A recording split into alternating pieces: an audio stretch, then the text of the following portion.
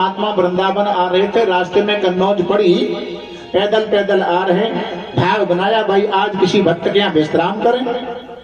तो किसी भगत, आपने देखा होगा 84 परिक्रमा जाओ तो कुछ लोग तो परिक्रमा मार्ग में व्यवस्था बना के रखते हैं, रहने की, खाने की, नहाने की, सब। और कहीं कहीं ऐसी जगह मिल जाएगी जहां तुम अपने मन से कहो यहां हम रुक जाएगा, तो वो क्या कहते हैं, ना ना महाराज अगार जाओ, तो बिरादरी दूसरी है, हम तो दूसरी बिरादरी के, अगार तुम्हारा काम चल जाओ, यहाँ नहीं चलेगो।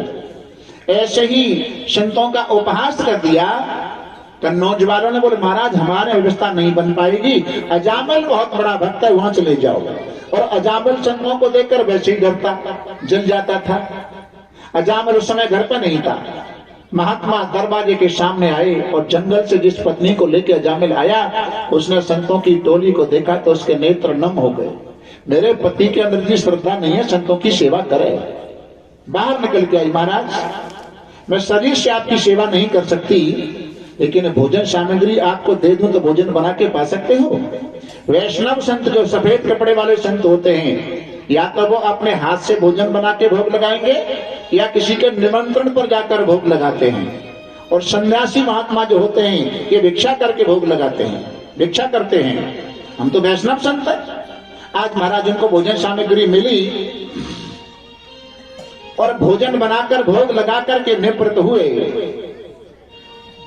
तो ही अजामिल कहीं से चला आया और अजामिल ने संतों को देखा, लक्षण प्रमाण से महात्मा समझ गए जिसने हमें भोजन कराया है ये शायद उसका गरीब, उसका घरवाला हो सकता है, उसका पति हो सकता है। महात्माओं ने कहा अजामिल से, भैया तुम्हारी अनुपस्थिति में भोजन तुम्हारी पत्नी ने करवा दिया है, लेकिन भोजन के बाद में संत ब्राह्मणों को जो दक्षिणा दी जाती है वो दक्षिणा तुम दे दो। दक्षिणा दी जाती है वो दक्षिणा तुम दे दो। अजामिल कहने लगा तुम्हारे बोरी बिस्तर ना चढ़ाए तुम दक्षिणा, भाग जाने, सबकी दक्षिणा एक बार में चुका दूंगा। महात्मा बोले हमने इसका अन्न खाया है तो इसके लिए हमें कुछ न कुछ करना चाहिए। अब अन्न खाने वाला भाव दूसरा है और खिलाने वाले का भाव, खाने वाला ये कहता है मैंने खिलाया है तो ये मेरा एहसान माने, लेकिन तेरा एहसान नहीं है। क्यों? अपना ही प्रारब्ध भोगने और जीव जगत में आता है, खाने के दाने दाने पर नाम लिखा के लाता है। आयु कर्म वित्तम च विद्याधन में बच पंचताने सृजनते गर्भस्य देहीन। आयु कर्म वित्तम च विद्याधन में बच, ये 5 बात माँ के गर्भ में ही तय हो जाती है। आयु, विद्या, मौत, धन और बल पहले ही तय हो जाते हैं, लेकिन यहाँ भाव दूसरा है। जो हमने खिलाया है ये हमारा खिलाने का जो पदार्थ था ये हमारा इनके ऊपर कर्ज था है? और अपने कर्ज को लेने के लिए हमारे पास आए हैं, ऋण हमें करने के लिए आए हैं, कर्ज को लेने के लिए आए, इनके कर्ज को चुका दो। लेकिन और संतों का भाव यह है कि हम अपने आश्रम पर रह करके क्या किसी भी कारण से अपना उदर पूर्ति करते हैं और भजन करते हैं तो कोई बात नहीं, लेकिन संत किसी के यहाँ जाकर निमंत्रण पर भोजन करते हैं तो उनके भोजन को पचाने के लिए अलग से भजन की आवश्यकता है। तो पचेगा घर गृहस्थी के एक डेढ़ तो महात्मा सब यार, घर गृहस्थी के टुकड़ा जिनके लंबे लंबे दांत, भजन करोगे तो पचेगा, नहीं तो फाड़ा रिंगे आंत। अगर भजन कर लिया तो पचेगा, और वैसे ही सोएगे चादर तान के। पर देख रहे हैं हॉस्पिटलों में आप जाते, चले जाओ कारे बाबू वृंदावन, बोले वृंदावन बिहार लाल की जय। दक्षिणा तू दे दे, दक्षिणा नहीं देता तो एक काम कर लेगा। कहा हमारे कह बेटे अब की बार तेरी पत्नी के कोई बालक पैदा होए बा को नाम रख लियो नारायण। नारायण जाए तो खूब मान लो क्योंकि फायदा की नुकसान की मत बता दियो, नहीं तो पर यू कैन गो। महात्मा अपना काम करके चले गए। समय के अनुसार बालक पैदा हुआ, उसका नाम रख लिया नारायण। छोटे पुत्र में आसक्ति हो गई, यानी नाम की आसक्ति भी परमात्मा से जोड़ देती है। संसार की आसक्ति संसार में बांधती है, बेटा नारायण, बेटा नारायण, बेटा नारायण। यह भाव क्या कहता है? भावे को भावे अनखे आलच हो, आदत भावे अनख आलच हो। भावे को भावे अनखे आलच हो, भावे को भावे अनख आलच हो। नाम जपत भले देश दस हो, नाम जपत भले देश दस हो, नाम जपत भले देश दस हो। भाव कुभाव अनर्थ आलस। भाव से तो भक्त भजते हैं सुबह और शाम। कुभाव से वाल्मीकि ने बजा मरा, राम डायरेक्ट नहीं कहा, और मरा का 2-3 बार कह दो अपने आप ही उल्टा सीधा हो जाता राम। अनक माने बैर, बैर भाव से रावण ने बजा। कहाँ है तपस्वी राम, कहाँ है वनवासी राम? लेकिन तपस्वी कहाँ हो चाहे वनवासी कहाँ हो, लेकिन पीछे कहा था राम, और राम कहा तो परिवार का उद्धार राम के हाथों करा दिया। आलस्य से कुंभकर्ण ने बजा, आलस्य से कुंभकर्ण ने बजा।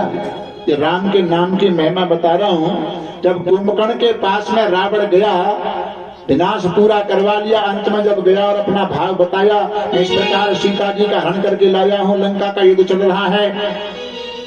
अभी कुंभकर्ण की बुद्धि शुद्ध है, उसने कहा तुमने ये गलत काम किया। सीता जगत माता है, जगत माता का हरण करने के बाद में सत्य अब कल्याण चाहते हो? अरे तुम तो मायावी राक्षस हो, एक काम करो ना, क्या राम का रूप धारण कर लो और सीता तुम्हारी पत्नी बन जाएगी। रावण ने कहा भैया कुंभकर्ण से मैंने ऐसा करके देख लिया है। इस बात को ध्यान से सुनना। कैसे? कि जिसका रूप धारण किया जाता है तो पहले उसके स्वरूप का ध्यान किया जाता है। जब उसका रूप धारण होता है, और जब मैं राम का रूप धारण करता हूं तो मुझे राम के स्वरूप का ध्यान करना पड़ता है, और राम का स्वरूप ध्यान करता हूं तो फिर सीता जी मुझे मां दिखाई देती है। यह नाम की महिमा, इसको नाम की महिमा कहते हैं। आलस्य से कुंभकर्ण ने बजाया। अंत समय में यम के दूत अजामिल को लेने के लिए कर्म के अनुसार आते हैं, और यम के दूत काले काले ऐसे बड़े बड़े उनके लंबे लंबे दांत, शंकर मंत्र विमुंचती वेशभूषा को देकर के चारपाई में मलमूत्र खिसक जाता है, और जोर जोर से अजामिल चिल्लाने लगा, दूरे कीड़नाशकम् पुत्रम नारायणाभ्यहम् प्लावितेन सुरेणोच्चैः राजोहावाकुलेन्द्रियम्। उस समय अजामिल का नारायण नाम का बालक बच्चों के साथ कहीं खेल रहा था, और प्रतिवादी लोग यह कहते हैं कि अजामिल ने कहा बेटा नारायण मुझे बचाओ, बेटा नारायण बचाओ। इस श्लोक का भाव क्या कह रहा? बेटा शब्द नहीं कहा, दूरे कीड़ अनासक्तम। उस समय पुत्र की आसक्ति से रहित होकर कहा नारायण मुझे बचाओ, नारायण मुझे बचाओ। तुरंत उसी समय भगवान के पार से धर्म के दूत चले आए और यम के दूतों को मारना शुरू किया। यम के दूतों ने कहा भाई ये बड़ा पापी है, इसको लेने के लिए हम यमराज के पास आए हैं, यमराज के पास पहुंचाएंगे, तुम क्यों आए हो? धर्म के दूतों ने कहा भले ही पापी है, लेकिन इसने अंत में हमारे स्वामी का नाम लिया है नारायण। अरे स्वामी का नाम नहीं लिया, इसने अपने बेटे का नाम लिया है। धर्म के दूत कहते हैं कि अग्नि का काम जलाने का है, जानबूझ के पकड़ लो तब भी जलाएगी, और अनजाने में पकड़ ले तब भी जलाएगी। भले ही इसने अपना नाम बेटे का नाम लिया, लेकिन लिया है नारायण। जा सुनाम सुमिरत एक बारा उत्तर हिंदर भद सिंधु अपार। जासना कौन सा नाम? नाम कितने हैं? 1000। विष्णु सहस्त्र नाम, विष्णु भगवान के 1000 नाम। उन 1000 नामों में से कौन सा नाम एक बार, और एक बार का अर्थ गिनती से नहीं है, एक बार का अर्थ गिनती से नहीं है। बार कहते हैं दिना, बार माने दिना, और दिन हो तो 24 घंटा को। 24 घंटा में कितने नाम ले सकते हैं? 1000 नामों का मंथन सप्त ऋषि करते हैं। कर्तु आदि सप्त ऋषि हुए, वो सप्त ऋषि करते हैं। जैसे आगे चलकर समुद्र मंथन होगा, इन 1000 नामों का मंथन किया तो सबसे पहले कौन सा नाम निकला? राम नाम ने विशेषत तत् विधाना। निराकरण करने पर सबसे पहले राम का ही नाम निकल करके आया। ये राम के नाम की महिमा है। आज अजामिल को बचा लिया गया है, लेकिन राम में कितनी शक्ति है और नाम में कितनी शक्ति है? कहो कहाँ लगे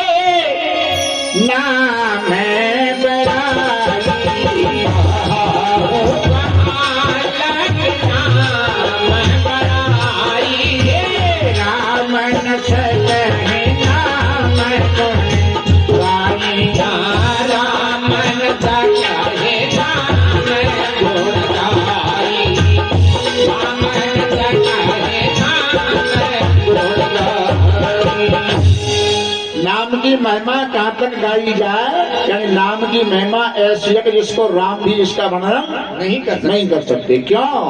नाम निराकार है और राम साकार है। साकार वाणी से निराकार का निरूपण हो ही नहीं सकता, इसलिए उसको अनवर्चनीय रूप कहा गया है। नाम के अंदर वो शक्ति है। राम एक तापसती अतारी, नाम कोट खल कुमते सुधारी। राम जी ने तो केवल गौतम ऋषि की नारी अहिल्या का उद्धार किया, और राम के नाम ने जिन पत्थरों के ऊपर बंदर लोग राम का नाम लिख करके समुद्र में फेंकते हैं तो पत्थर तैरना शुरू कर देते हैं। ये नाम की महिमा है। आज यमराज के दूत यमलोक में यमराज के पास आए, खाली हाथ। पूछा खाली हाथ क्यों आए? बोले महाराज गड़बड़ हो गया। क्या हो गया? बोले आज दुनिया के लोग अपने बच्चों का नाम भगवान की राशि पर रख लेंगे, कर्म चाहे कैसा भी करें, जब हम उनको लेने जाएंगे हमें देखकर सब अपने अपने बच्चों का नाम लेकर के पुकारना शुरू कर देंगे। अब तुम्हारे यमलोक में कोई आने वाला नहीं है। बोले क्या हुआ? बोले ये पूछो क्या नहीं हुआ। जब हम अजामिल को लेने गए तो हमें देख करके अजामिल जोर जोर से चिल्लाने लगा, नारायण मुझे बचाओ, नारायण मुझे बचाओ। इस प्रकार यम के दूत यमराज को बता रहे थे तो आंख निकाल कर डांटा फटकारा, पागलो इस नाम को जोर जोर से मत लो, ये तो हमारे स्वामी का नाम है। अगर हमारे इस नाम को जोर जोर से लोगे तो मेरा यमलोक ही खाली हो जाएगा। यमराज के यहाँ भी अगर ये नाम लिया जाए ना तो जो पहुंच गए हैं नाम के द्वारा वो भी यमलोक से बाहर हो जाएंगे। वृंदावन बिहारी लाल की जय। आगे की कथा है देवासुर संग्राम की कथा। और देवासुर संग्राम अनादिकाल से चला रहा है। 3 प्रकार का है, आदि दैविक, आदि भौतिक, आध्यात्मिक। पहला आदि दैविक, दैवी संपत्ति और आसुरी संपत्ति। इन दोनों प्रकार की वृत्ति वाले पुरुषों में झगड़ा होता है, इसको आदि दैविक देवासुर संग्राम कहते हैं। प्रत्येक अंतःकरण की सतोगुण की अधिष्ठात्री चेतन शक्ति देवता और तमोगुण की अधिष्ठात्री चेतन शक्ति राक्षस, इन दोनों का परस्पर युद्ध होता है। इसको आदि भौतिक देवासुर संग्राम कहते हैं। प्रत्येक अंतःकरण की सात्विक की वृत्ति और प्रत्येक अंतःकरण की तामसी वृत्ति, इन दोनों प्रकार की वृत्तियों में वृत्ति वाले पुरुषों में परस्पर युद्ध होता है। इसको आध्यात्मिक देवासुर संग्राम कहते हैं। एक बार बृहस्पति मुनि देवताओं के गुरु अपने शिष्य इंद्र से मिलने के लिए स्वर्ग में गए, लेकिन इंद्र ने गुरु जी के लिए खड़े होकर प्रणाम नहीं किया। गुरु अपमान कर दिया। बृहस्पति जी अपने योग बल से वहां से लौट करके आए। दैत्यों के गुरु शुक्राचार्य को मौका मिला और दैत्यों से कहा, इंद्र ने गुरु अपमान किया है, तुम स्वर्ग के ऊपर चढ़ाई करो, अब विजय तुम्हारी हो जाएगी। गुरु अपमान करने से क्या होता है? गुरु राखे जो तो विधाता, गुरु राखे जो तो विधाता, गुरु राखे जो तो विधाता, गुरु राखे जो तो विधाता, और विरोध नहीं तो यथेता, गुरु विरोध नहीं तो यथेता, गुरु विरोध नहीं तो यथेता। अगर भगवान रुष्ट होते हैं तो गुरुदेव बचा सकते हैं, और गुरुदेव रुष्ट होते हैं तो फिर कोई बचाने वाला नहीं है, कोई बचाने वाला नहीं है। इंद्र ने गुरु अपमान किया है, दैत्यों ने चढ़ाई की स्वर्ग के ऊपर, डर के मारे देवता लोग भगवान की शरण में पहुंचे। भगवान ने कहा, देवताओं तुमने गुरु अपमान करके अच्छा नहीं किया, अब एक काम करो, जंगल में विश्वरूप नाम के बालक रहते हैं, उनको अपना पुरोहित बनाओ। इंद्र आदि देवताओं ने आकर विश्वरूप को अपना पुरोहित बनाया, और अब समय आने पर विश्वरूप के द्वारा इंद्र की यज्ञ आरंभ कराते हैं। और विश्वरूप देवताओं के यज्ञ के आचार्य हैं, लेकिन विश्वरूप के पिता जो तुष्टा हैं वो देवता कुल के हैं, और उनकी माँ जो रचना है वो राक्षस कुल की हैं। देवताओं के यज्ञ में अपनी मैया को प्रसन्न करने के लिए एक आहुति धीरे से विश्वरूप निशाचरों के नाम से डालते हैं, क्योंकि मैया प्रसन्न रहे। इंद्र को मालूम हुआ हमारे यज्ञ में, देवताओं के यज्ञ में हमारे दुश्मनों की आहुति के नाम से आहुति डाल रहा है। आवेश में आकर वज्र से विश्वरूप का मस्तक उड़ा दिया। उसी समय इंद्र को ब्रह्म हत्या लगी, और वो ब्रह्म हत्या इंद्र को खाने के लिए दौड़ी। इंद्र ने वज्र से उसके 3 भाग किए, 4 भाग किए। किसके?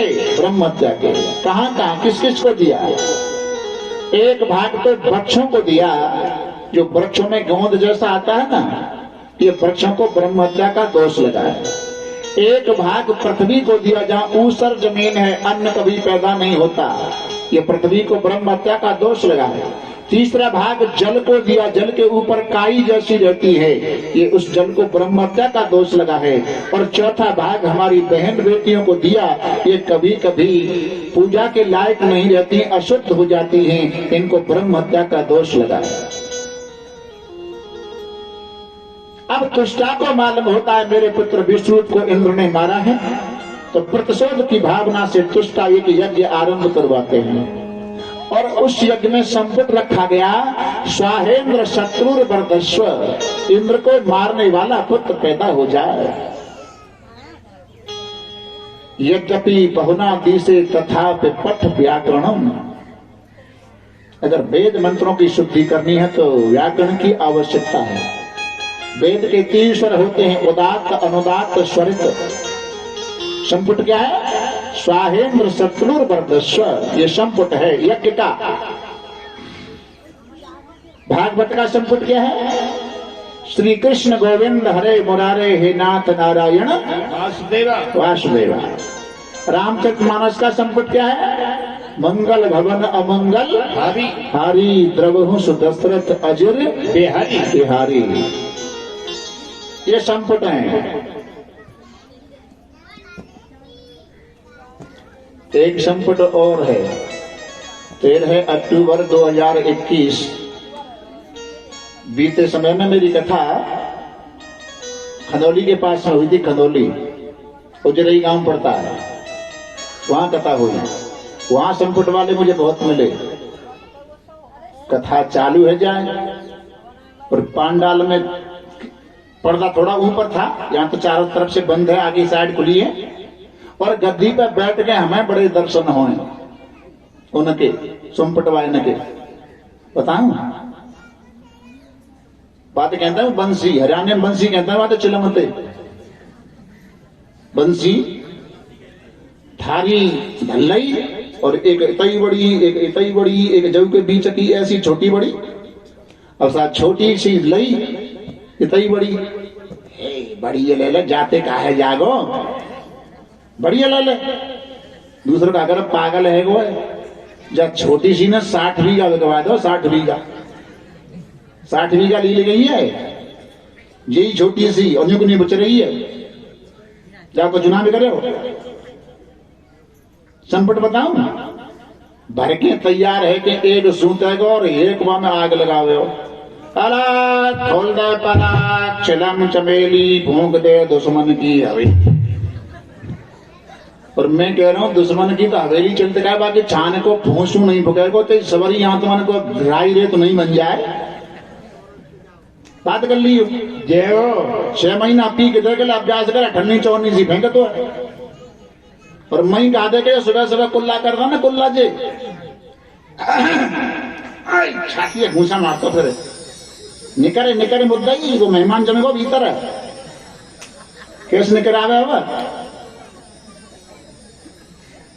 ये संपुट है जिनके महान अल्पताम याति निर्गुणई गुणई विस्तर आधारा ध्येय भावेन गजेंद्र एव दर्पणे। महान माने बड़ी, अल्प माने छोटी। बड़ी बुद्धि वाला अगर छोटी बुद्धि वाले का संग करता है तो एक दिन उसकी भी बुद्धि ऐसी हो जाती है जैसे आधारा ध्येय भावेन। आधार कहते हैं लंबी चौड़ी दीवाल को, लंबी चौड़ी दीवाल को। और लंबी चौड़ी दीवाल में परिछकिए गोल शीशा लगा दो, छोटा सा गोल शीशा। गजेंद्र कहते हैं हाथी को, उस इतने लंबे चौड़े हाथी को, मत वाले हाथी को शीशा के सामने खड़ा कर दे, कितना बड़ा दिखेगा, इतना बड़ा शीशा है, कितना बड़ा दिखेगा। इसी प्रकार छोटी बुद्धि वाले का संग बड़ी बुद्धि वाला करता है तो उसकी भी बुद्धि ऐसी हो जाती है जैसे शीशा में हाथी दिखाई देता है। वृंदावन बिहारी लाल की जय। आज उदात्त स्वर से जो बोलना था उसे अनुदात्त स्वर से बोल गए। आचार्य जी महाराज इंद्र के द्वारा इंद्र को मारने वाला पुत्र चाह रहे थे, लेकिन इंद्र के द्वारा मरने वाला वृतासुर नाम का राक्षस प्रकट का मुझे क्यों याद किया। तुष्टा ने कहा तुम्हारे भैया विश्वरूप को इंद्र ने मारा है, तुम भी अपने भैया की मृत्यु का बदला इंद्र से लो। वज्र लेकर आज वृतासुर ने स्वर्ग के ऊपर चढ़ाई की, देवता फिर घबराए और आज वो देवता सभी भगवान की शरण में जाते हैं। भगवान कहते हैं देवताओं, दधीच मुनि की हड्डियों का वज्र अगर आपको प्राप्त हो जाए तो वृतासुर मर सकता है, नहीं पर वृतासुर को मारने वाली कोई शक्ति पैदा नहीं हुई। दधीच मुनि के पास आते हैं धर्म की रक्षा करने के लिए। मनुष्यों की तो बात छोड़ो, पहले भारत में पक्षी भी धर्म देखा करते थे। धर्म, जटायु का रावण का युद्ध होता है। एक बार तो जटायु ने चोंच मार मार के रावण को मूर्छित कर दिया। अब लोग क्या कहते हैं, जटायु पागल थे। इतनी देर रावण मूर्छित रहा तो इतनी देर में उसकी 20 आंखों का ऑपरेशन चोंच सही कर देते, उसे कुछ दिखता नहीं, फिर युद्ध वहीं पर समाप्त हो जाता। जटायु ने कहा यह मेरा धर्म नहीं था, नेठे पर हथियार, मूर्छित होने वाले पर हथियार नहीं चलाना चाहिए। लेकिन मैं कहता हूं धर्म की रक्षा करने के लिए संत महात्माओं ने पहले अपने प्राणों को न्यौछावर कर दिया। सेवित थी चहर चंद्र नरेशु, सहे धर्म हित कोटि कलेशु। धर्म की रक्षा करने के लिए अपने अपने प्राणों को न्यौछावर कर दिया है। कथा के लिए तो यहाँ से बहुत बहुत मन करता है क्या क्या सुनाऊं। शंकर जी जब हिमाचल राजा के यहाँ पार्वती के साथ शादी करने जा रहे हैं तो गुलाब बाड़े बैठ के नहाएंगे, काय पे गए, नांदिया पे, बैल पे। और बैल क्या है, ये बैल धर्म का प्रतीक है। बारात पीछे आ रही है और बारात में पीछे विष्णु भगवान आ रहे हैं? एक तो सुंदर रूप वैसे ही है दूल्हा को, भुजगेंद्र हारन, कानों में बिच्छू, कुंडल वगैरह पता नहीं क्या क्या, और फिर ब्याह करके चले तो नांदिया पर उल्टे और बैठ गए। है दूल्हा बाबर, उल्टे बैठ गए। लोगों ने कहा महाराज यही से सगुन खराब कर रहे हो, उल्टे बैठ गए हो। उल्टा नहीं सीधा बैठा हूं। क्यों? मेरी बारात में विष्णु भगवान बाराती बन करके आ रहे हैं। जय हो। मैं भगवान के सन्मुख होकर के विवाह करूंगा। और भगवान को पीठ देकर जो विवाह करते हैं तो दो शब्द होता है, एक तो होता है विवाह और एक होता है ब्याह। ब्याह वो तो बीच बन जाता तो फिर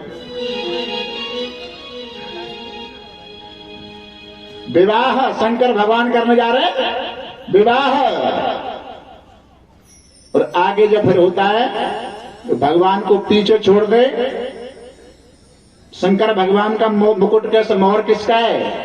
सोने चांदी का नहीं है। जटा मुकुट आहे, जटाओं का मुकुट और सर्प का मोहर। अर्थ क्या है? सर्प कहते हैं काल को। संसार से संबंध जोड़ने जा रहे हो तो समझो काल शीश पे है, पता नहीं कौन से दिन कबाड़ा कर दे। मौत को याद रखना, संसार से संबंध जोड़ो तो मौत को याद रखना जरूरी है। जटा मुकुट अय मोर समारा, लगे शंभुगन करहि श्रृंगारा। अब सोने चांदी का मुकुट किसी का हो और कोई कागज कपड़े को पहन के जाए तो दूसरे सोने चांदी के देख के जरा तो ना जहाँ पे सोने को और हम पे कपड़ा वगैरह ही को। लेकिन शंकर जी क्या कह रहे हैं कि हमारा जैसा मुकुट होगा तो वहां जलने की आवश्यकता ही नहीं है। हमारी जटाओं का मुकुट है। अगर का वो हमारों से बनाना हो तो जटा रखा ले और बना ले, जलने की क्या आवश्यकता है? सोने चांदी का नहीं। इसका अर्थ यह है धर्म पर आरूढ़ है और भगवान के ऊपर दृष्टि है, भगवान के सन्मुख हैं। धर्म की रक्षा तुम करोगे, धर्म तुम्हारी भी रक्षा करेगा। धर्म के 5 हेतु होते हैं। हेतु माने कारण। 5 हेतु होते हैं धर्म के।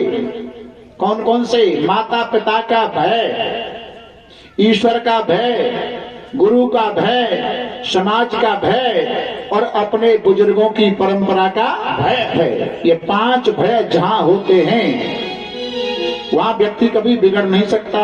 और जिसने 5 भयों को खूंटी पर टांग दिया है उसे कोई बिगड़ने से रोक नहीं सकता। आज महाराज देवताओं ने अपना भाव प्रकट दधीच मुनि के पास सामने किया। उस समय दधीच मुनि के शरीर के ऊपर मक्खन नमक का लेपन किया गया। उसको चाटने के लिए गायों को छोड़ दिया। गायों की जीभ खोदरी जैसी होती है, कांटे जैसे होते हैं। और मक्खन नमक के लेपन के साथ में वो गाय दधीच मुनि के मांस तक को भी चाट गई, हड्डियां निकल आई। उसी समय गायों को साप लगा। आगे जब घोर कलयुग आएगा तो गायों का अपमान होगा। आज वही समय है।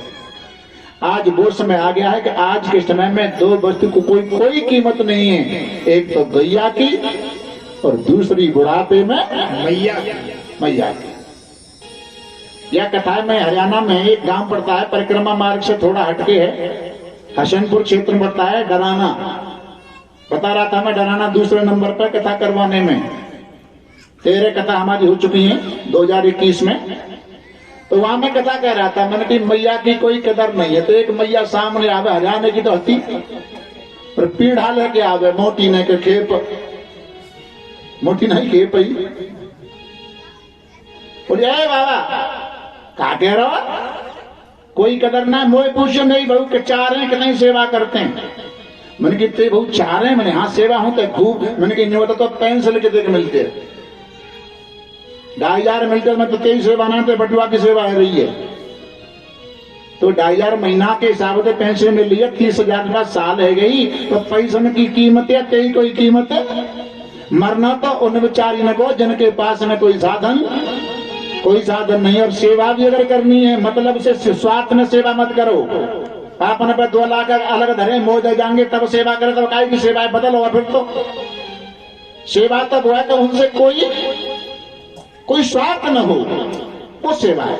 और अगर संतान से सेवा करवानी हो तो माँ बाप की सेवा करवो बहुत जरूरी है। माँ बाप से बढ़कर जग में कोई देव नहीं है दूजा, कोई देवता नहीं हो सकता इनसे बढ़कर। और इनका जो आशीर्वाद होता है, आज प्रैक्टिकल करके देख लो, कहीं भी जाओ आशीर्वाद मंदिर में आशीर्वाद मांगो, लंबे साष्टांग दंडवत प्रणाम करो, नाक रगड़ो, हो सकता है आशीर्वाद मिला या न मिला है। लेकिन माँ बाप के चरणों में हाथ से ही अगर आशीर्वाद लेकर के माथे से लगाते हो, शरीर में करंट जैसा आता है, रोम खड़े हो जाते हैं। उनका आत्मा का आशीर्वाद होता है, और आत्मा का आशीर्वाद जिस औलाद को मिल गया, जीवन सफल हो जाता है उसका, सेवा करने वाले का।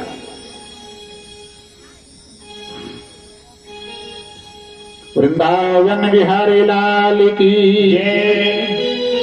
उस समय दधीच मुनि ने अपने प्राणों को नासिका में रोक लिया। हड्डियों का वज्र इंद्र को प्राप्त हुआ, और इंद्र और वृत्रासुर में दोनों में परस्पर जब युद्ध होता है, इंद्र के हाथ में हड्डियों का वज्र जब देखा, महाराज उस वृत्रासुर राक्षस के ज्ञान नेत्र खुल गए। क्या मेरी मृत्यु का कारण या तो मुझे मालूम था या भगवान विष्णु को मालूम था, और विष्णु भगवान ने मेरी मृत्यु का कारण इंद्र को बता दिया है।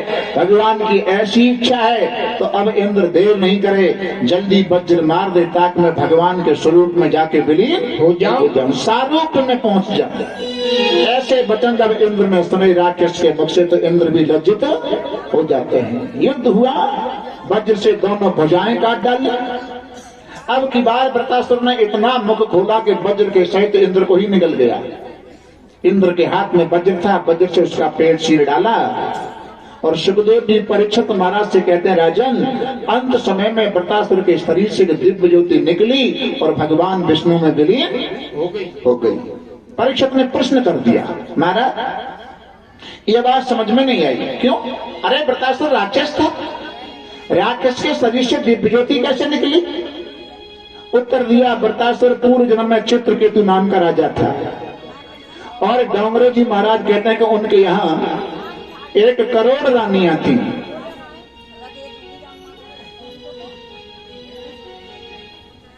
का है वो मैयू? अच्छा,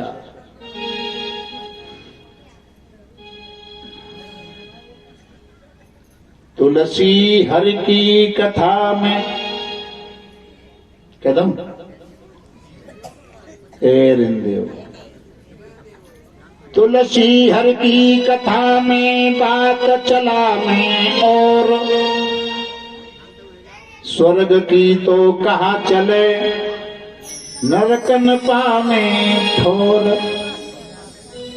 भगवान की कथा में अगर बात करते हैं तो नरक में जगह ना मिलती, मत मिला, फिर स्वर्ग तो खाली मिला होगा ना, नरक में न मिले ही, स्वर्ग में करा लेंगे।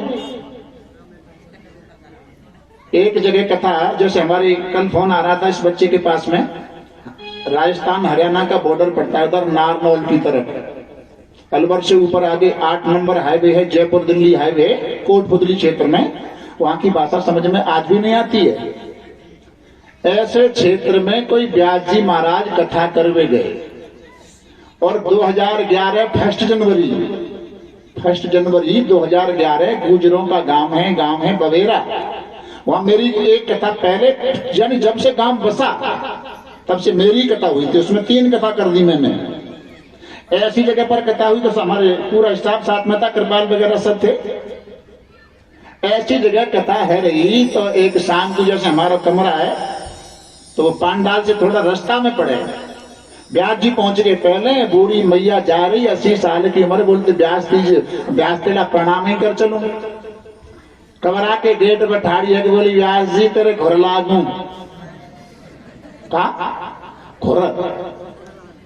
व्यास जी ने कहा, बुढ़िया खुर मत कहे, खुर मत, इन्हें चणार बिंद कहे, चणार बिंद। खुर कहेगी तो नरक में ढोक नहीं मिलेगा। अब बुढ़िया समझी नरक जाने कौन सी ऐसी कोई बड़ी सीट होती है। तो बोले, ए व्यास जी इतने हमारे भाग का है, हमारे भाग में नरक का है, तुम बार पढ़े लिखे नहीं मिल सकते है।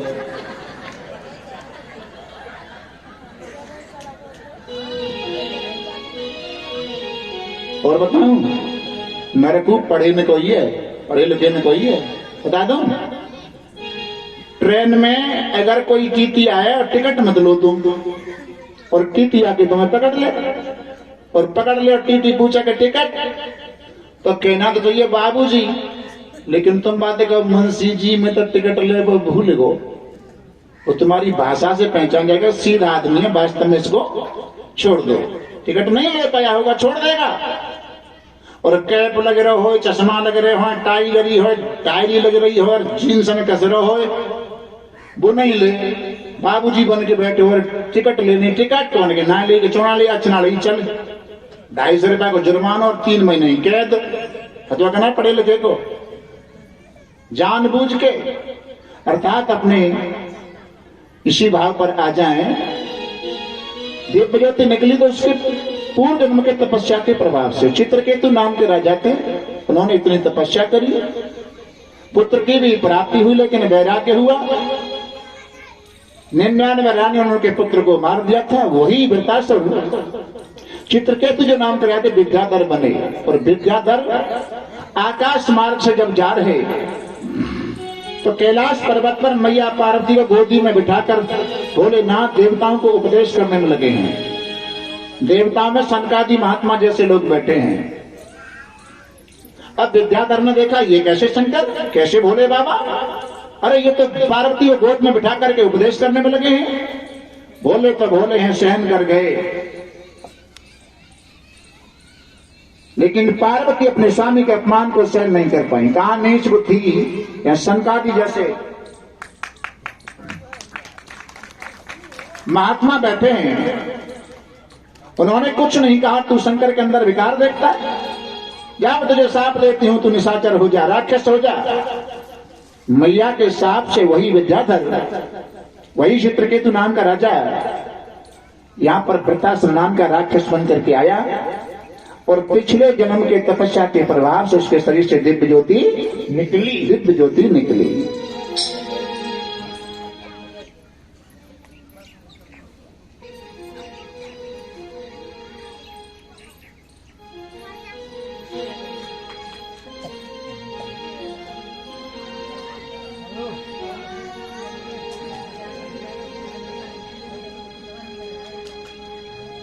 आपके श्री चरणों में उम्र कट जाए सारी, आपके श्री चरणों में उम्र कट जाए सारी,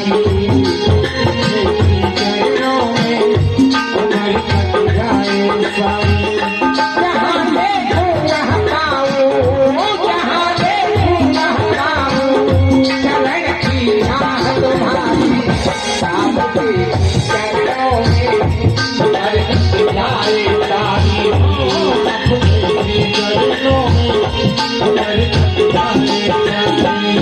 जहाँ देखूं वहाँ पाऊं, जहाँ देखूं वहाँ पाऊं, चरण की राह तुम्हारी, आपके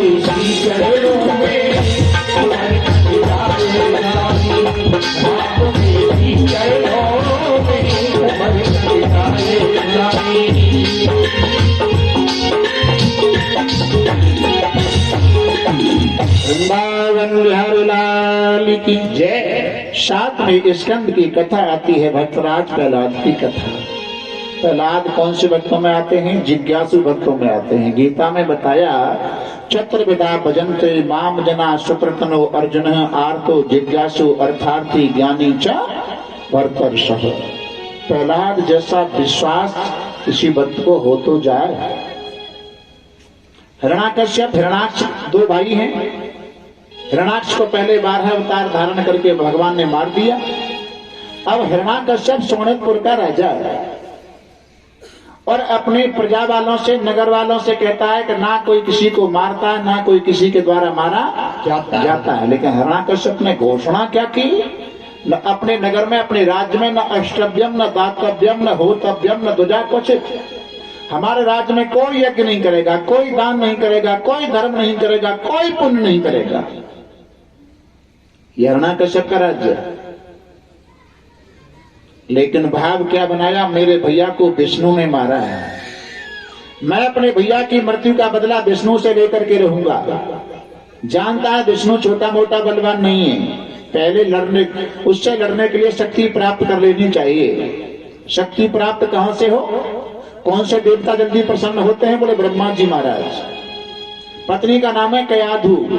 कयाधु से कहा, देवी कयाधु, मैं मंदराचल पर्वत पर जा रहा हूं ब्रह्मा जी की तपस्या करने के लिए, 10,000 वर्ष के बाद लौट करके आऊंगा। और तैयार होकर के मंदराचल पर्वत पर आया तो आज एक वृक्ष की डाल पर एक तोता नारायण नारायण शब्द उच्चारण कर रहा था। हिरण्याकश्यप ने समझ लिया ये तुम्हारे दुश्मन का नाम है, आज शकुन ठीक नहीं है, समय खराब है। लौट करके आया। पत्नी ने पूछा, महाराज आप 10,000 वर्ष की बात कर रहे थे, आज ही लौट करके क्यों आए?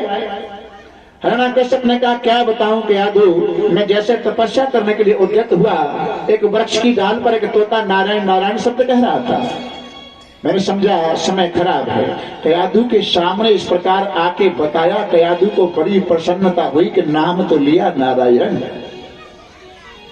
लेकिन दूसरी बार जब हिरण्याकश्यप मंदराचल पर्वत पर आता है, एक पैर पर खड़े होकर के 10,000 वर्ष तक ब्रह्मा जी की तपस्या की। शरीर जर्जर हो गया है, दीमक लग चुकी है। ब्रह्मा जी प्रसन्न होकर के आए। वरम ब्रोही चाहो सो वरदान मांगो। हिरण्याकश्यप ने क्या वरदान मांगा? नाय करवई दीवानत मल्लशायत चाय भई, न भूमे न मरे मृत्यु न नरही न मृगैरपी। वरदान का भाव देखो महाराज, मैं ऊपर मरूं न नीचे मरूं, भीतर मरूं न बाहर मरूं, अस्त्र शस्त्र से नहीं मरूं, 12 महीनों में नहीं मरूं। और पीछे कह रहा है न नरई न मृगई रपी। नर नाम मनुष्य का है, मृग नाम संस्कृत में सिंह का है, शेर का है। ना मुझे कोई नर मार पाए ना कोई सिंह मार पाए। ब्रह्मा जी कहते हैं इम्पॉसिबल, ऐसा हो ही नहीं सकता जिसने जन्म लिया है।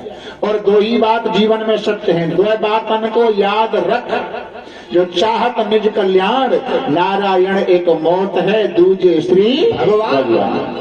मौत और भगवान 2 ही सत्य हैं। जिसने जन्म लिया है उसकी मृत्यु निश्चित है, ऐसा नहीं हो सकता। लेकिन तेरे ही वरदान में से छांट करके दूंगा। क्या? न नरई न मृगई रपी। तुझे मारने वाला ना तो नर होगा ना सिंह होगा, और दोनों को मिलाकर नरसिंह होगा। कमर से ऊपर सिंह होगा और कमर से नीचे नर होगा। हिरण्याकश्यप समझ गया ऐसा तो जीव को ब्रह्मा जी ने कोई बनाया ही नहीं कि आधा सिंह और आधा मनुष्य हो। वरदान प्राप्त करने के बाद इतने समय के बीच में पीछे से इंद्र ने हिरण्याकश्यप के 3 पुत्रों को मार दिया था। देवताओं के प्रति द्वेष और बढ़ गया। कयाधु के पास आया। हिरण्याकश्यप से पूछा कयाधु ने, महाराज पहले दिन आप गए थे, उस दिन लौट के क्यों आए थे? हिरण्याकश्यप ने कितनी पुरानी बात याद आई है। अरे उस दिन वो तोता नारायण नारायण कह रहा था। अच्छा मैं भूल गई थी। जल लेकर के जल पी लो, जल पी करके निवृत्त हुआ। हाँ वो तोता क्या कह रहा था? यानी बहाना बना बना करके कयाधु ने हिरण्याकश्यप के मुख से 108 बार नारायण का नाम लिवाया। रात्रि में संसर्ग हुआ और संस्कार के अनुसार कयाधु के घर में भक्तराज प्रहलाद जी महाराज आते हैं। प्रहलाद का प्रादुर्भाव होता है। संस्कार कितने होते हैं? 16। गर्भाधान संस्कार दूसरा होता है, पुंसवन संस्कार, गर्भाधान संस्कार, निष्क्रमण संस्कार, जन्म संस्कार, जात कर्म संस्कार। इतने संस्कार होते हैं कि लेकिन गर्भ धारण करते समय संस्कार। नाम लिया तो भक्तराज प्रहलाद जी का प्रादुर्भाव होता है और धीरे धीरे प्रहलाद जी बड़े होने को आते हैं। पढ़ने के लिए हिरण्याकश्यप विश्वविद्यालय चंडामरक के गुरुकुल में भेजा। चंडामरक के गुरुकुल में जब पढ़ते हैं, कुछ समय बाद अपनी गोद में बिठाकर सर के ऊपर हाथ फेरते हुए हिरण्याकश्यप ने पूछा, बेटा प्रहलाद तुमने गुरुजी की पाठशाला में क्या सीखा है? प्रहलाद जी ने बताया, सुनो मैंने क्या सीखा है। नाम का नाम जो विषम के विष में मोह रहो है, रात जना तो पाप करे, स्त्री पुत्रन को रोए गयो है। तन के कमाए में उमर गई निदिया में सोए रहो है, मानस जन्म तो हीरा मिलो, जय कांच के बदले में खोए रहो है। मानव जीवन मिलने के बाद इंसान भगवान का भजन नहीं कर पाया तो ये मानव जीवन मिलना बेकार है। भजन का नाम लिया, प्रहलाद से कुछ नहीं कहा, संडा मरक को बुलाया, क्या विद्या पढ़ा रहे हो? तो मतलब पीछे जम्मा सो रही है का, देखिए। हाँ जी, वृंदावन बिहारी लाल की श्रीमन नारायण, भजमन नारायण, श्रीमन नारायण, श्रीमन नारायण, भजमन नारायण, श्रीमन नारायण, नारायण नारायण, बेटा नारायण, सद्गुरु नारायण, नारायण नारायण, बेटा नारायण, बेटा नारायण, सद्गुरु नारायण, नारायण नारायण, नारायण पीछे नारायण, सभी नारायण, नारायण नारायण, नारायण पीछे नारायण, सभी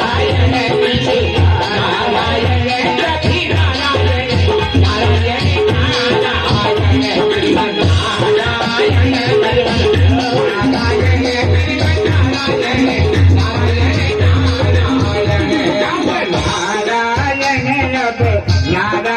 नारायण, कल नारायण, नारायण नारायण,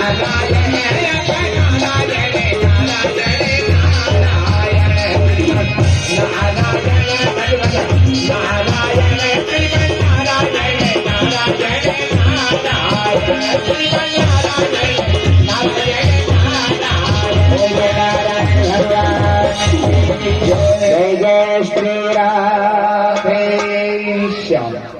राम के नाम के पीछे हिरण्याकश्यप ने प्रहलाद को मारने के बड़े बड़े प्रयास किए, लेकिन हिरण्याकश्यप सफल नहीं हो पाया।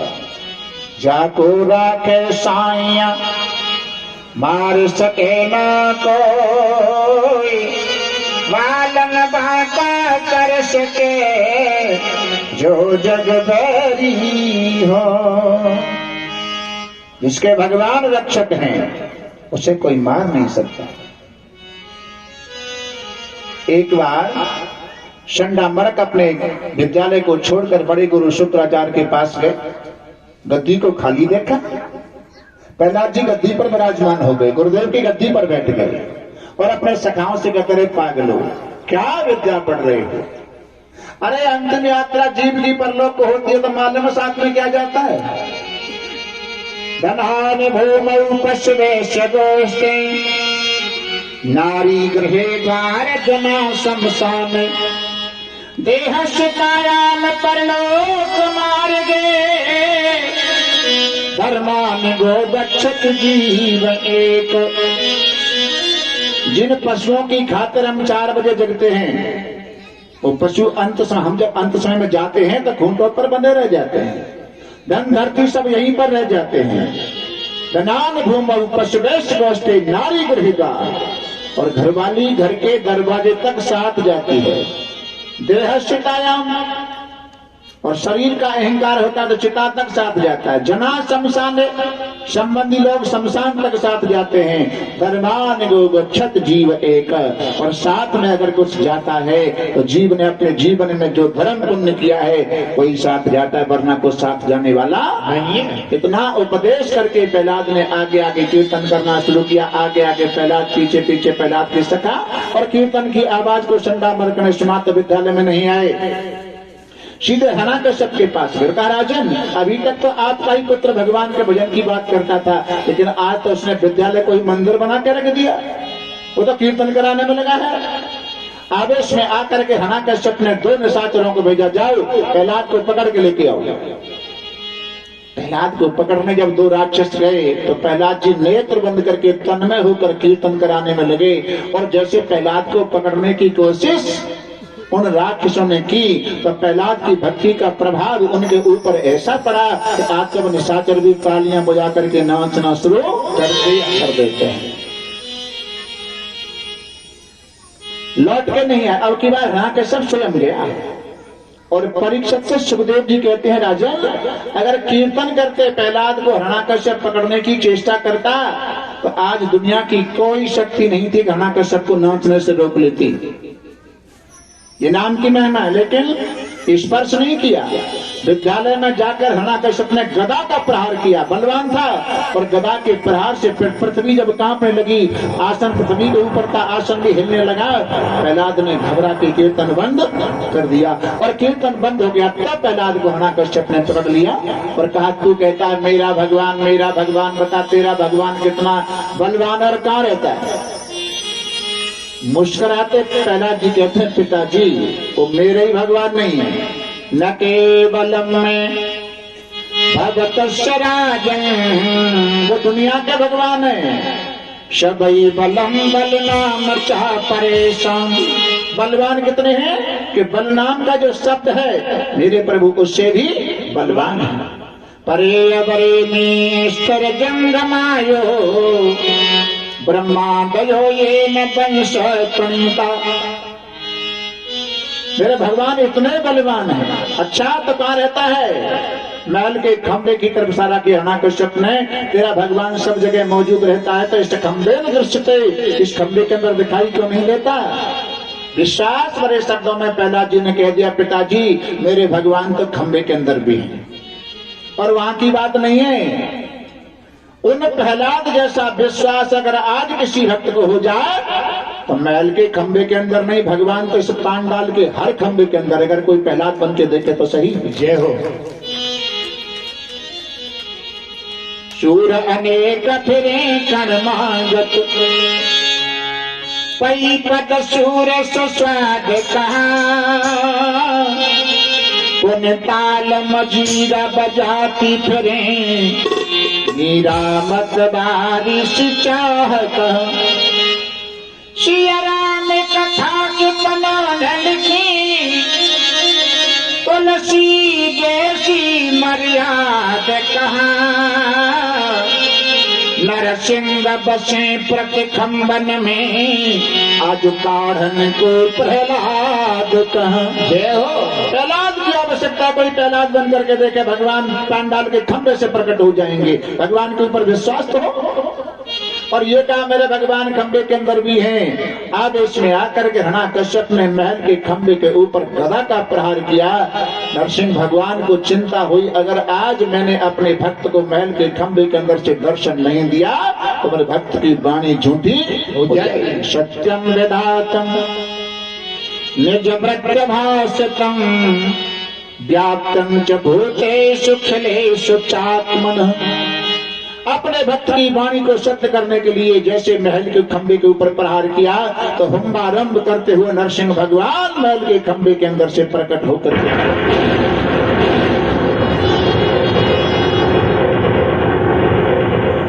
और इस प्रकार हिरण्यकश्यप को नरसिंह भगवान ने पकड़ लिया, जैसे सर्प चूहे को पकड़ लिया और महल के दरवाजे पर बैठ गए, जंघाओं पर लिटा लिया, वरदानों को याद दिलाया, याद कर तूने कहा था भीतर मरूं न बाहर मरूं, ना भीतर है ना बाहर है, दरवाजे पर बैठा है। तूने कहा ऊपर मरूं ना नीचे मरूं, ना ऊपर है ना नीचे है, मेरी जंघाओं पर लेटा है। तूने कहा था अस्त्र शस्त्र से नहीं मरूं, देख ले हाथों में हथियार तो नहीं है। हिरण्यकश्यप ने कहा फिर भी तो मुझे नहीं मार सकते। बोले क्यों? बोले मैंने ये वरदान मांगा है कि 12 महीनों में नहीं मरूं। भगवान बोले कि 12 महीना कहाँ, तीसरी साल जब जैसे समय आता है तो लौंद का महीना पड़ता है ना, बल का महीना जिसमें परिक्रमा करने जाते हैं। भगवान कहते हैं 13वां महीना मैंने तेरे का जो एडवांस में निकालो है, 13वां महीना एडवांस में निकाला है, बल का महीना। और वरदानों को याद दिलाते हुए तीव्र नाखूनों से हिरण्यकश्यप का पेट चीर डाला। भगवान ने अपने उसकी आंखें अपने गले में डाल दी। भगवान का क्रोध बढ़ता जा रहा, देवता घबराने लगे, अगर भगवान का क्रोध शांत नहीं हुआ त्रिलोकी भस्म हो जाएगी। तो जिसके कारण भगवान क्रोध कर रहे हैं हमें उनकी ही शरण में जाना चाहिए। कौन? देवता लोग। प्रहलाद प्रेषयामास ब्रह्मा वष्टित मंत्र के तात प्रसमयो पेहि स्वपित्रे कुपितम प्रभु। बेटा तेरे कारण भगवान आज रुष्ट हो रहे हैं, तू ही भगवान के क्रोध को शांत कर। देवताओं के कहने से आज प्रहलाद जी महाराज ने भगवान के चरणों में साष्टांग दंडवत प्रणाम किया, और दंडवत करते प्रहलाद को नरसिंह भगवान जीव से चाटने लगे, आंखों में आंसू भराए। प्रहलाद तूने मेरी भक्ति के पीछे बड़े कष्ट उठाए, और तूने ये कहा था मेरे भगवान खंबे के अंदर भी हैं, अगर मैंने खंबे के अंदर से आने में देरी कर ली हो तो इसके लिए मुझे क्षमा कर दे।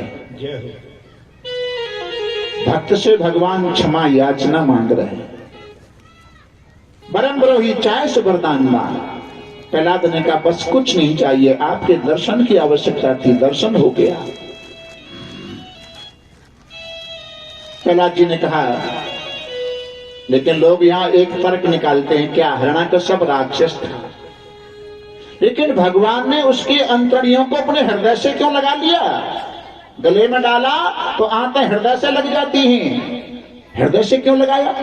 भगवान कहते हैं भले ही राक्षस है, भले ही निशाचर है, लेकिन उसकी अंतड़ियों को मैंने इसलिए हृदय से लगाया है, क्यों? है तो मेरे भक्त प्रहलाद का पिता, इसलिए उसकी अंतड़ियों को मैंने हृदय से लगाया। परम ब्रोही चाहे सो वरदान मांग। प्रहलाद ने कुछ नहीं मांगा, फ्लैट नहीं मांगा, अस्त्र नहीं मांगा, वैभव नहीं मांगा, आपका दर्शन हो गया, कुछ नहीं चाहिए। लेकिन एक बात पूछ लूं महाराज, बुरा ना माने तो? भगवान बोले आप तुझे जो पूछना हो वो पूछ, क्योंकि तेरे आंगन में खड़ा हूं, तेरे आंगन में खड़ा हूं। प्रहलाद जी ने कहा महाराज इस संसार को आप बनाते हो, कारणम भगवान हि तत्र सर्वज्ञो जगदीश्वर है, संसार के आदि कारण आप हो, दुनिया को तुम बनाते हो, जीव को तुम बनाते हो, लेकिन इस माया को तुमने इतना सुंदर क्यों बना दिया कि इसमें फंस करके जीव आपको भूल जाता। माया तीन प्रकार की है, सात्विकी, राजसी और तामसी, और तीनों माया का सामना हनुमान जी महाराज को करना पड़ा लंका यात्रा पे जब गई। जब सुरसा सात्विकी माया है, लंकिनी रजोगुणी माया है, सिंहिका तामसी माया है, और कैसे कैसे निपटे उन मायाओं से।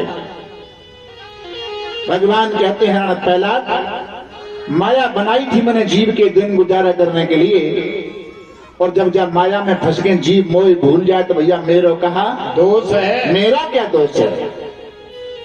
क्योंकि बिना माया के तो संसार का सृजन ही नहीं हो सकता, सृष्टि उत्पत्ति नहीं हो सकती।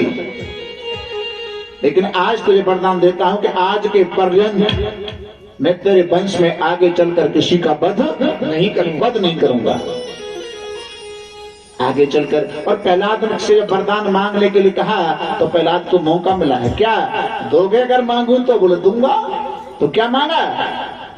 मेरे पिताजी ने सारी जिंदगी आपसे बैर भाव रखा है, दुश्मनी का भाव रखा है, अगर तुम वरदान देना चाहते हो तो आप मेरे पिताजी को मुक्त करो।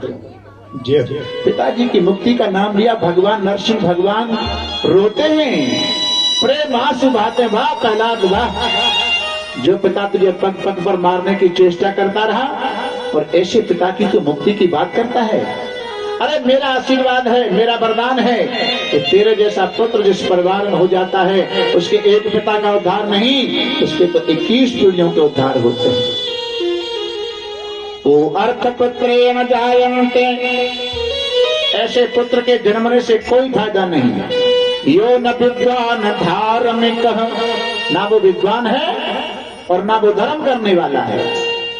काणेन चक्षुषा किंबा चक्षु पीढ़े बकेवलम, जैसे एक आंख खराब हो जाए समझो उसी प्रकार ऐसा कोई पुत्र है वो उस आंख के समान है। आज प्रहलाद को वरदान मिला है। आगे की जो कथा है वो समुद्र मंथन की कथा है। समुद्र मंथन की कथा में 3 बार भगवान का अवतार होता है, इतनी बड़ी कथा है, लेकिन संक्षिप्त कथा कहूंगा। समुद्र मंथन क्यों हुआ? एक बार दुर्वासा ऋषि वैकुंठ के प्रसाद की माला को लेकर स्वर्ग में इंद्र के पास पहुंचे।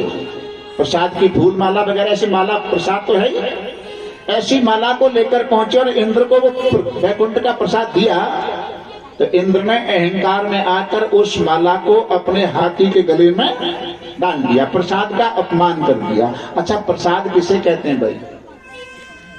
केला, अमरूद, सेब, मिठाई, बतासे, चिरवा, इनसे प्रसाद कहते हैं।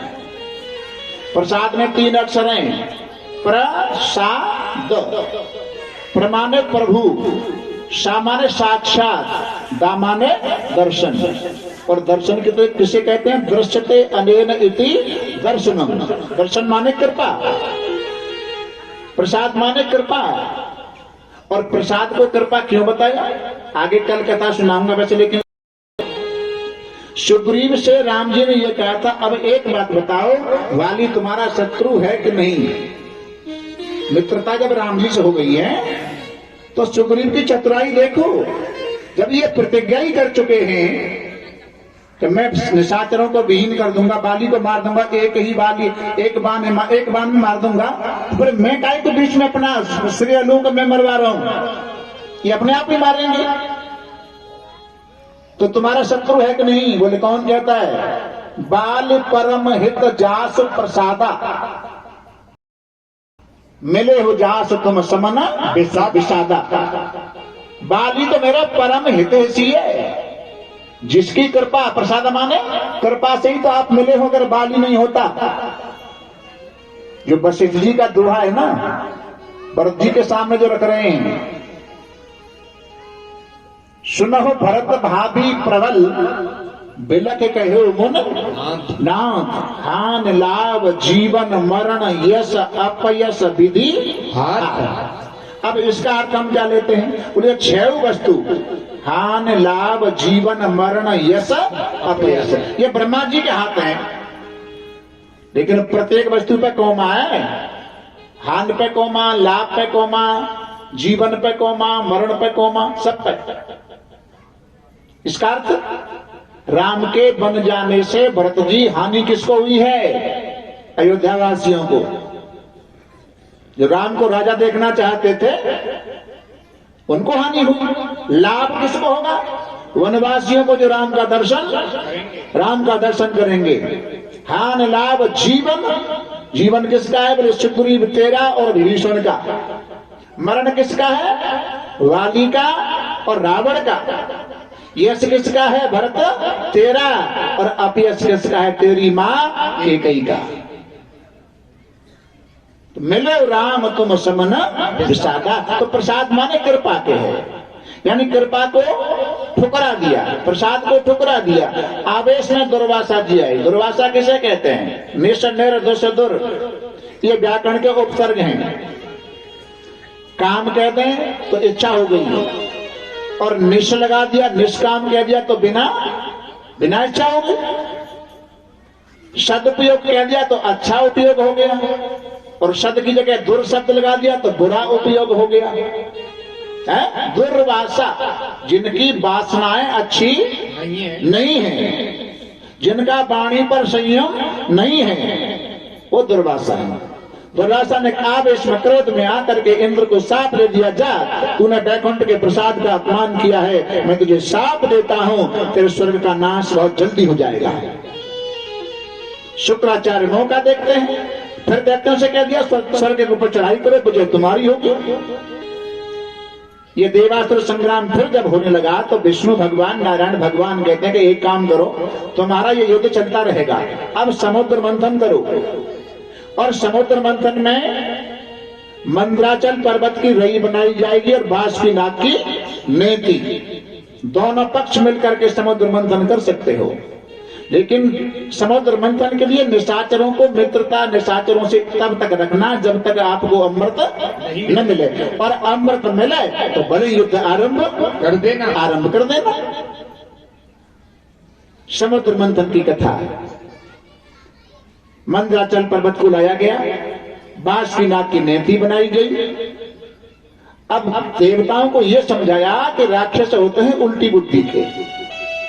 अगर तुमने पहले बाष्पीनाथ के मुंह को पकड़ा तो मुंह के लिए जिद वो करेंगे, इसलिए पहले मुंह ही पकड़ना।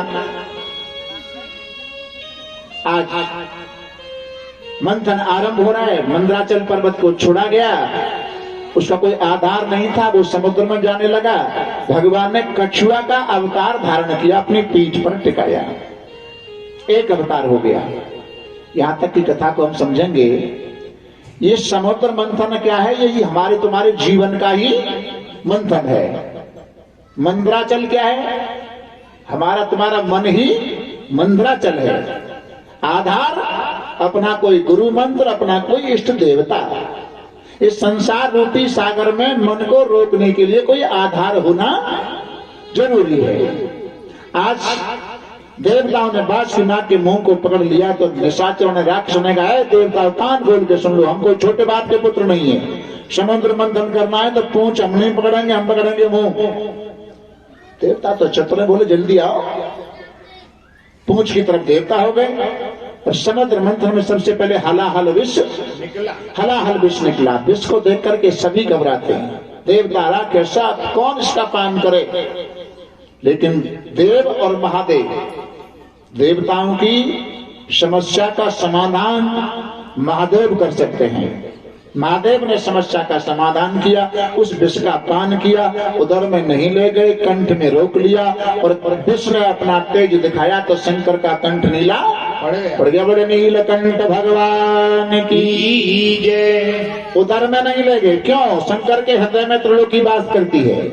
उदर में विष को ले जाएंगे त्रिलोकी भस्म हो जाएगी, बाहर भी नहीं निकाला। जीवन का मंथन यही है। आपके जीवन के मंथन में भी सबसे पहले विष निकलता है। इस विष का पान शंकर की तरह कर जाएं, अंदर नहीं ले जाएं। यानी किसी की कही हुई बुराई को अंदर मत ले जाओ। लेकिन अब तो ये समझो, एक हम कथा करने गए और सामूहिक कथा थी, सामूहिक। और सामूहिक कथा में एक आदमी नहीं आ रहा, बाकी पूरे क्षेत्र की कथा थी। उस आदमी को लिवा कर लाए भंडारे वाले दिन। कथा तो सुनी जैसी सुनी, पर भंडारे वाले दिन लाए। परोसाई हुई। 4-6 और पास के क्षेत्र के जो बड़े बड़े पंच थे, उन्होंने कहा भाई प्रसाद पालो। बोल नहीं पाऊंगा महाराज। क्यों? कि जाके द्वार पे भागवत हरी का है, जाने मोते 2 साल पहले ऐसी बात कही कि भाई मैं पेट में तो निकली ना है। जान कही 2 साल पहले एक बात। और मैंने कही क्यों भगत जी? जब द्वारवाइन तुम 2 साल पहले कही एक बात और मैं किल्लाऊं 28 घंटा।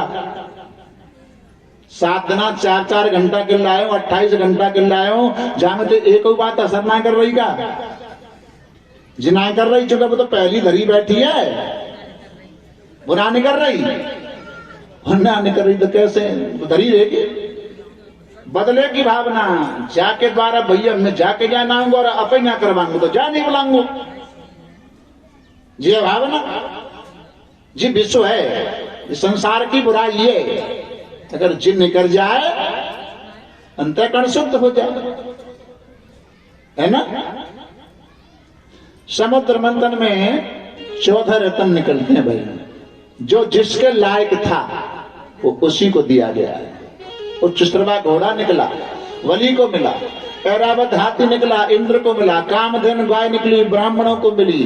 कल वृक्ष निकला, स्वर्ग में गया। कौस्तुभ मणि निकली, भगवान विष्णु को मिली। चंद्रमा निकला, शंकर जी को मिला। लक्ष्मी निकली, विष्णु भगवान को मिलती हैं। और जहां जो जो वस्तु निकली जाके लायक भैया दई गई।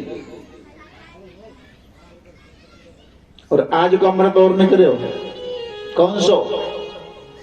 8 PM 8 PM का पी 8 AM कहां कहते माते? शराब किसको दी गई? निशाचरों को। जब दी गई निशाचर ने, खुद पी के निशाचर बनने। फ्रीजन की शोभा अंडा, प्याज, बोतल ये बढ़ा रहे हैं। खोल के देख ले, काउके में अगर फल मिल जाए तो 1%।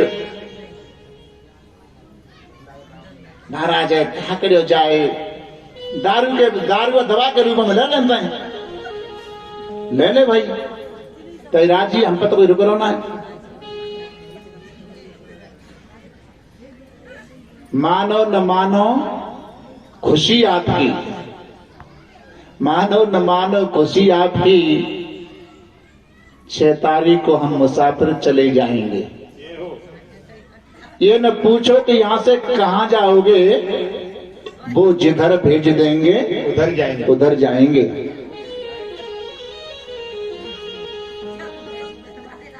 चोरों को चांदनी की रात बुरी लगती है, चोरों को चांदनी की रात बुरी लगती है, चोरों को चांदनी की रात बुरी लगती है, बिगड़ी औलाद को हर बात बुरी लगती है, बिगड़ी औलाद को हर बात बुरी लगती है, बिगड़ी औलाद को हर बात बुरी लगती है।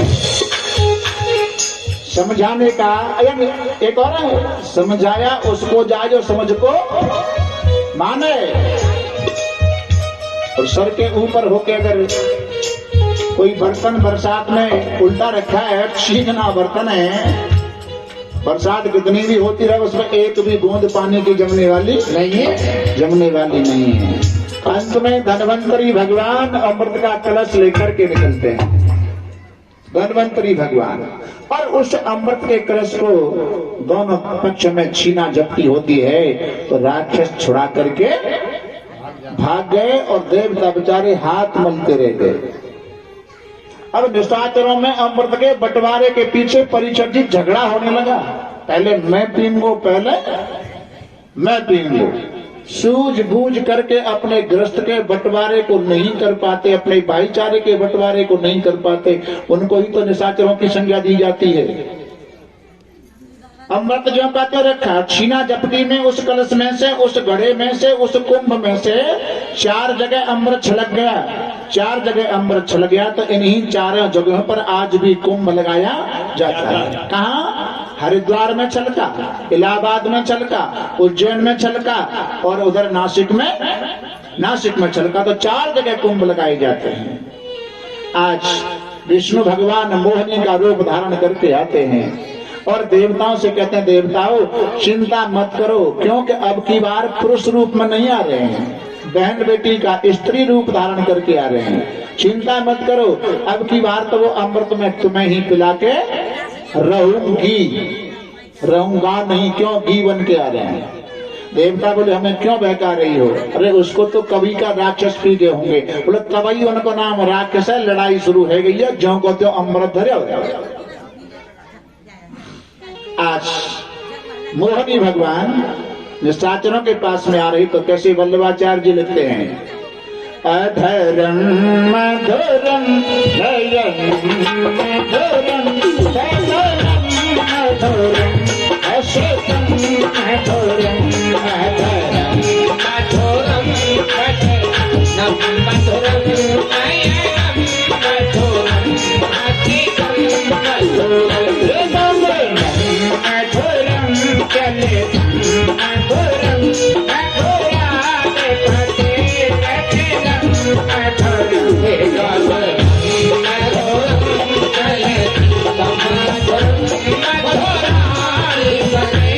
मधुरम चले मधुरम मधुराद फते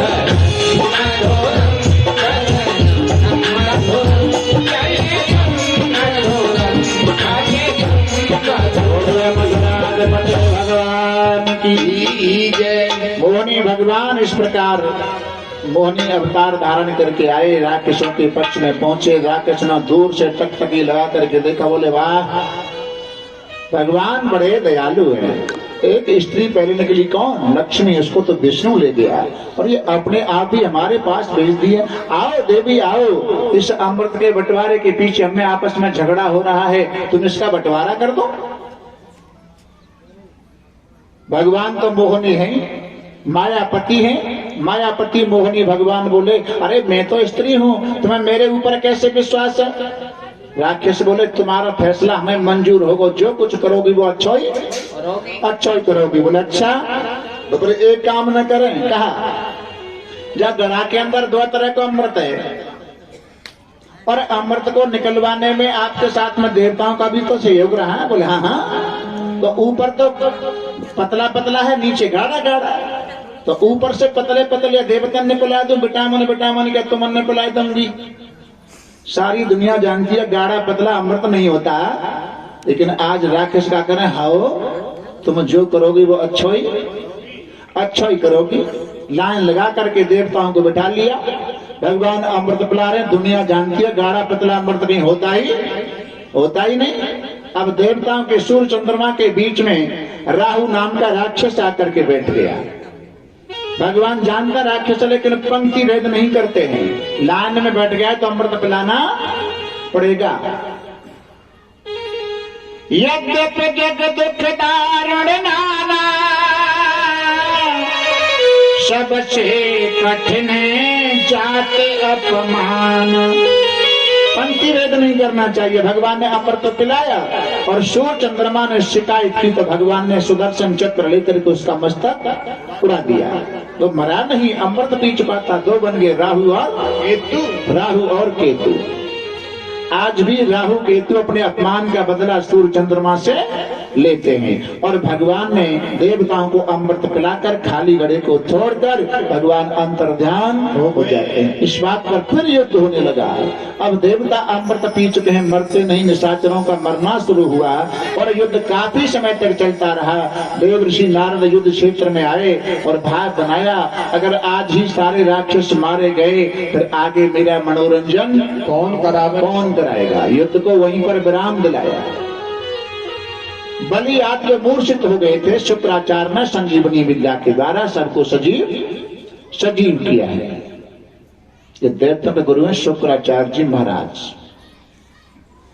अब बलि एक बार अपने गुरु शुक्राचार्य से कहते हैं, गुरुदेव देवता अमृत पी चुके हैं तो वो मर ही तो नहीं सकते।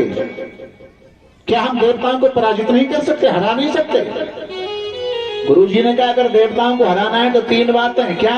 गौ सेवा, संत सेवा और अतिथि सेवा। ये 3 सेवा अगर तुम करोगे अपने घर तो देवताओं को पराजित कर सकते हो। बलि ने 3 सेवा आरंभ की और 3 सेवा आरंभ होने के बाद बलि महाराज एक विश्वजित नाम का यज्ञ करवाते हैं और उस यज्ञ में भृगुवंशी ब्राह्मण बलि को वरदान देने के लिए आते हैं। बलि को वरदान मिला, शुक्राचार्य ने कह दिया अब तुम चढ़ाई करो स्वर्ग के ऊपर, अब विजय तुम्हारी हो जाएगी। महाराज देवता लोग घबराते हैं और कहते हैं न जाने बलि कहां से इतनी शक्ति प्राप्त करके आया है। भगवान की शरण में गए। भगवान नारायण कहते हैं बलि को जब तक भृगुवंशी ब्राह्मण ही शाप नहीं देंगे, क्योंकि उनका वरदान मिला है, तब तक कोई बलि का कुछ बिगाड़ने वाला नहीं है। अब तो आपको कुछ समय तक पहाड़ों की कंदराओं में रहना पड़ेगा।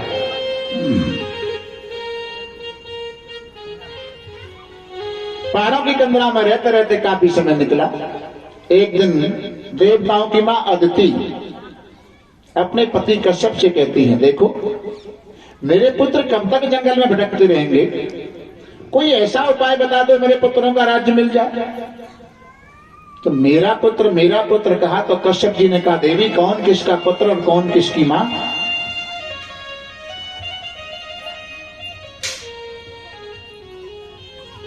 देहो भौतिको अनात्मा, कुछ आत्मा प्रकृति पर है, कश्य की पति पुत्राध्या मोह एवं कारणम। देवी कौन किसका पुत्र और कौन किसकी मां? इस प्रकार तुम कह रही हो कि मेरे पुत्र मोह के कारण कह रही हो। अगर धूप में 2 बच्चे खेल रहे हो, एक अपना एक पड़ोसी का, और हम अगर कहीं से आते हैं तो हमारा कर्तव्य फर्ज तो ये बनता है कि दोनों बच्चों को पकड़ के छाया में ले आएं। लेकिन हम क्या करते हैं, अपने बच्चे को पकड़ के छाया में ले आते हैं और पड़ोसी के बच्चे को धूप में छोड़ देते हैं। क्यों? अपने से मोह है, पड़ोसी के बच्चे से मोह नहीं है। इस कारण तुम कह रही हो।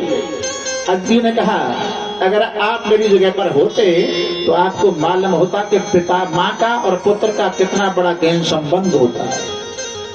शब्दों से ही फर्क होता है भाई, बाप और माँ शब्दों में ही फर्क है। अगर माँ कहेंगे तो पूरा मुंह खुलेगा और बाप कहेंगे तो मुंह बंद हो जाएगा। तो संतान का मुंह अगर खुलता है तो माँ के सामने ही खुलता है। अगर बंद होती है तो बाप के सामने बंद हो जाती है। अंतर है। और एक अंतर है, क्या है? किसी माता पिता का, माँ बाप का बेटा अगर कहीं नौकरी सर्विस करने बाहर जाता है और 6 महीने बाद लौट करके आता है, 6 महीने बाद लौट करके आता है, तो दोनों के भाव में अंतर ये होता है कि माँ की नजर तो पेट पर होती है कि तू यहां से गया था तो उस समय आप कमजोर है, पहले तंदुरुस्त था, ठीक था, अब कमजोर है। माँ की नजर पेट पे और डैडी की नजर पॉकेट पे। कुछ कमाया बर्बाद करके आया, लाया कुछ लाया तो निकाल के था, इतना अंतर होता है। और मां शब्द का कोई विलोम नहीं होता, विलोम माने उल्टा नहीं होता। क्यों? मां कभी अपने बच्चों के लिए उल्टा करती नहीं है। जब कभी सोचती है, कभी भी सोचती है, भलाई सोचती है। आज अदिति को अधिकारी देखा, महात्मा कश्यप ने फागुन के महीने में शुक्ल पक्ष में एक व्रत बताया। फाल्गुन श्यामले पक्षे द्वादशायं पयोव्रतः। शुक्ल पक्ष में परवा से लेकर त्रयोदशी तक 12 दिन दूध पीकर जमीन में सोकर भागवत में यज्ञ भगवान की स्थिति बताई है। उस स्थिति को अगर पूरी करोगी तो अदिति से कहा तुम्हारे पुत्रों का राज दिलाने वाला पुत्र पैदा होगा। और अदिति मानस व्रत को पूरा किया। उनके पुत्रों को राज दिलाने वाले पुत्र अदिति माँ के घर में 52 भगवान आ रहे हैं। आइए कृष्णा पधारिए कृष्णा,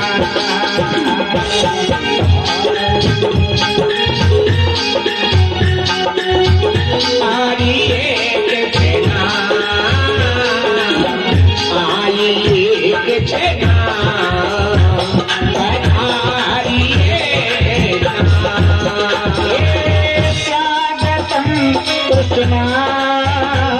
शरणागतं कृष्णा,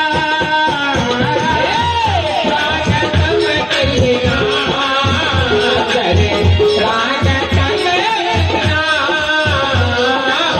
स्वागतं कृष्णा, करे स्वागत। से पथभ्रष्ट हो गया, विकृति आ गई। वेश्या को घर में लेके आया, 10 बालक पैदा हुए, छोटे बालक का नाम रखा नारायण। क्यों? संत कह गए थे। अयोध्या से संत महात्मा वृंदावन आ रहे थे, रास्ते में कन्नौज पड़ी, पैदल पैदल आ रहे, भाव बनाया भाई आज किसी भक्त के यहाँ विश्राम करें। तो किसी भगत, आपने देखा होगा 84 परिक्रमा जाओ तो कुछ लोग तो परिक्रमा मार्ग में व्यवस्था बना के रखते हैं, रहने की, खाने की, नहाने की, सब। और कहीं कहीं ऐसी जगह मिल जाएगी जहां तुम अपने मन से कहो यहां हम रुक जाएगा, तो वो क्या कहते हैं, ना ना महाराज अगार जाओ, तो बिरादरी दूसरी है, हम तो दूसरी बिरादरी के, अगार काम चल जाओ, यहाँ नहीं चलेगा। ऐसे ही संतों का उपहास कर दिया। कन्नौज वालों ने बोले महाराज हमारे व्यवस्था नहीं बन पाएगी, अजामिल बहुत बड़ा भक्त है, वहां चले जाओ। और अजामिल संतों को देखकर वैसे ही डरता, जल जाता था। अजामिल उस समय घर पर नहीं था। महात्मा दरवाजे के सामने आए और जंगल से जिस पत्नी को लेकर अजामिल आया, उसने संतों की टोली को देखा तो उसके नेत्र नम हो गए। मेरे पति के अंदर जी श्रद्धा नहीं है, संतों की सेवा करे। बाहर निकल के आई, महाराज मैं शरीर से आपकी सेवा नहीं कर सकती, लेकिन भोजन सामग्री आपको दे दूं तो भोजन बना के पा सकते हो। वैष्णव संत जो सफेद कपड़े वाले संत होते हैं, या तो वो अपने हाथ से भोजन बना के भोग लगाएंगे या किसी के निमंत्रण पर जाकर भोग लगाते हैं। और सन्यासी महात्मा जो होते हैं ये भिक्षा करके भोग लगाते हैं, भिक्षा करते हैं। हम तो वैष्णव संत हैं। आज महाराज उनको भोजन सामग्री मिली और भोजन बनाकर भोग लगा करके निवृत्त हुए, तो ही सामने से अजामिल कहीं से चला आया। और अजामिल ने संतों को देखा, लक्षण प्रमाण से महात्मा समझ गए जिसने हमें भोजन कराया है ये शायद उसका घर वाला हो सकता है, उसका पति हो सकता है। महात्माओं ने कहा अजामिल से, भैया तुम्हारी अनुपस्थिति में भोजन तुम्हारी पत्नी ने करवा दिया है, लेकिन भोजन के बाद में संत ब्राह्मणों को जो दक्षिणा दी जाती है वो दक्षिणा तुम दे दो। दक्षिणा दी जाती है वो दक्षिणा तुम दे दो। अजामिल कहने लगा तुम्हारे बोरी बिस्तर ना चढ़ाए तो कम दक्षिणा है, भाग जाने सबकी दक्षिणा एक बार में चुका दूंगा। महात्मा बोले हमने इसका अन्न खाया है तो इसके लिए हमें कुछ न कुछ करना चाहिए। अब अन्न खाने वाला भाव दूसरा है और खिलाने वाले का भाव दूसरा है। खिलाने वाला ये कहता है मैंने खिलाया है तो ये मेरा एहसान माने, लेकिन तेरा एहसान नहीं है। क्यों? अपना ही प्रारब्ध भोगने और जीव जगत में आता है, खाने के दाने दाने पर नाम लिखा के लाता है। आयु कर्म वित्तम च विद्या धनमेव च पंचदाने सृजन्ते गर्भस्य देहिनः। आयु कर्म वित्तम च विद्या धनमेव च, ये 5 बात माँ के गर्भ में ही तय हो जाती है। आयु विद्या मौत धन और बल पहले ही तय हो जाते हैं। लेकिन यहाँ भाव दूसरा है। जो हमने खिलाया है ये हमारा खिलाने का जो पदार्थ था ये हमारा इनके ऊपर कर्ज था है? और अपने कर्ज को लेने के लिए हमारे पास आए हैं, ऋण हमें करने के लिए आए हैं, कर्ज को लेने के लिए आए, इनके कर्ज को चुका दो। लेकिन और संतों का भाव यह है कि हम अपने आश्रम पर रह करके क्या किसी भी कारण से अपना उदर पूर्ति करते हैं और भजन करते हैं तो कोई बात नहीं, लेकिन संत किसी के यहाँ जाकर निमंत्रण पर भोजन करते हैं तो उनके भोजन को पचाने के लिए अलग से भजन की आवश्यकता है। तो पचेगा घर गृहस्थी के एक डेढ़ तो महात्मा सब यार, घर गृहस्थी के टुकड़ा जिनके लंबे लंबे दांत, भजन करोगे तो पचेगा नहीं तो फाड़ा रिंगे आंत। अगर भजन कर लिया तो पचेगा, और वैसे ही सोए चादर तान के पर देख रहे हैं हॉस्पिटलों में आप जाते चले जाओ कारे बाबू वृंदावन, वृंदावन बिहारी लाल की जय।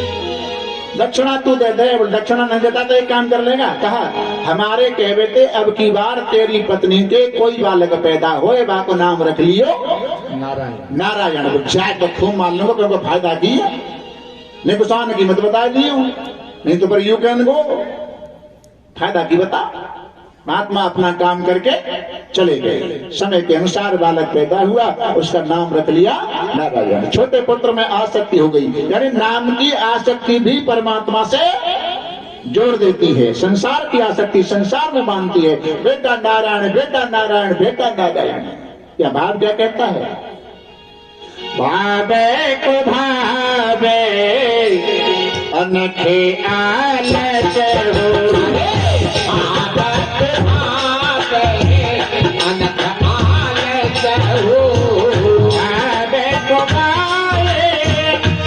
के